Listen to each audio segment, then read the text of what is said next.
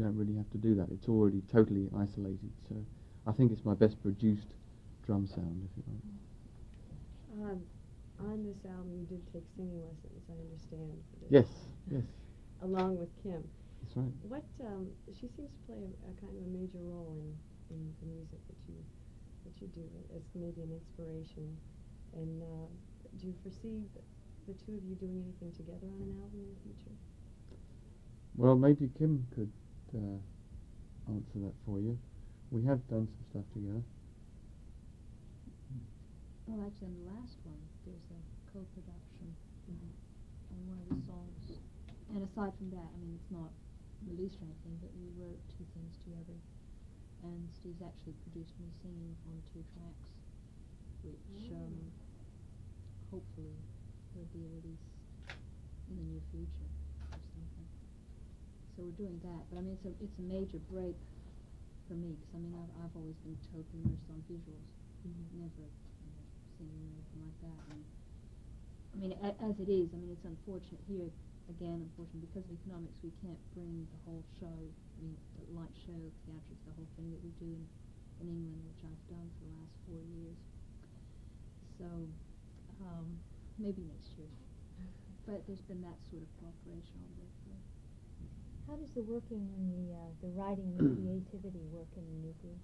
Do any of the other members write with you? Well, the new band has been put together for a relatively short time, really, to play the material from the previous 5 albums. But I did do a collaboration with Nick Magnus on the last album on one of the tracks, and with my brother on the first album. I did some co-writing. So there is that creative input from people, but that's an occasional thing rather than the norm, really, because I figure that if it's my name, Steve Hackett, people really want to hear what I'm capable of writing and doing, and it's to a certain extent it would be a cop-out for me, having produced the amount of work that I've done so far, to suddenly sort of start taking a back seat in that department. I do enjoy the odd collaboration, but it is really the odd collaboration rather than completely tending towards the democracy. I mean, I came out of the democratic setup with Genesis and found that democracies can very often dilute the individual. So I've concentrated on unexpurgated material recently. I'm told that about that working relationship, that working atmosphere in Genesis was pretty extremely pressurized. Do you find that now you're on solo, that you have the same amount of pressure except coming from yourself, or? But it's funny you should say that. That's a very perceptive question. That yes, the pressures are as great as they ever were. It's just the emphasis switches slightly. They're too numerous to mention, really. The various kinds of pressure. One thing I was saying earlier is when it comes around to problems, for instance. Usually, even if people don't look to me for the solution, they always expect me to have the immediate opinion about it, and so often what you're dealing with has very little to do with music, but probably has a lot more to do with accountancy and man management and all the other various things that surround a business. And I'm basically a musician and not particularly brilliant at organising things. But when I get an idea in my head, I'm a very single-minded person. I like to carry it through to its logical conclusion.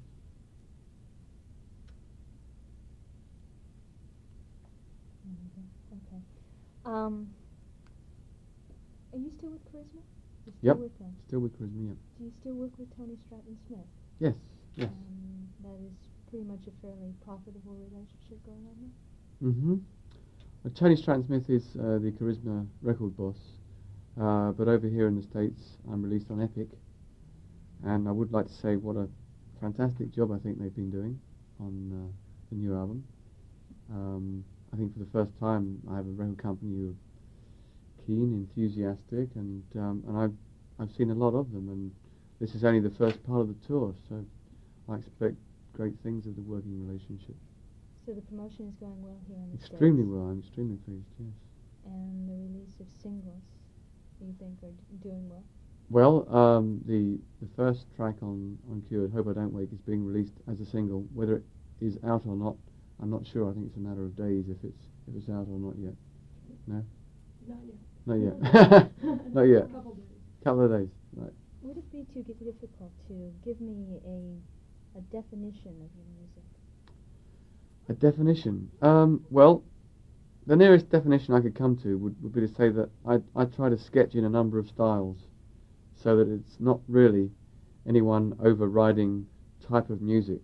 I've almost made diversification a trademark, really, and as much of me is interested in doing acoustic music, as part of me wants to do rock music. So there is that thing. I have written stuff for TV in England, and I'm very interested in film music and that kind of thing. So I'm very interested in the anonymous approach, you know, the kind of background music thing, which I think has a very important part to play in successful films. At the same time, I like the sort of high-profile aspect of going out, playing, meeting people, and everything else that goes with the kind of business I'm in. You've been touring for quite a long time. It's pretty difficult. Yeah, I've been touring now for about 10 years, really. Now you really have been going through UK, Europe, over to the US, back to the UK, into Europe. What are the differences? And which do you like? The European audiences tend to be more reserved in a way, maybe slightly more polite. They're just as enthusiastic in their own way, but sometimes they can be terribly quiet and very intense, and you get the feeling they're listening to everything. At times in Europe, you might tend to feel that they're sitting there a bit with a scorecard, you know, 5.2 from the Russian judge, and etc. I mean, you can. I think a lot of the problems there might arise from the language barrier, whereby it's difficult to break the ice between numbers when you do announcements. It's very important to be able to crack jokes really in English. So there's an immediate kind of vibe to playing over here by comparison, because we have that language in common. Plus, I think people over here tend to be much more boisterous at concerts, and it's as much an event for the audience as it is for the performer. The audience do their gig as well, and they get loud, and that's all part of it, and that's fine. Do you think that European audiences are more open to new music than American audiences? I'd say we're more open over here, funnily enough. I've always found it's much wider over here. Just the mere fact that you've got so many different types of charts when you open Billboard, for instance. You've got your country chart, you've got your soul music, you've got your rock.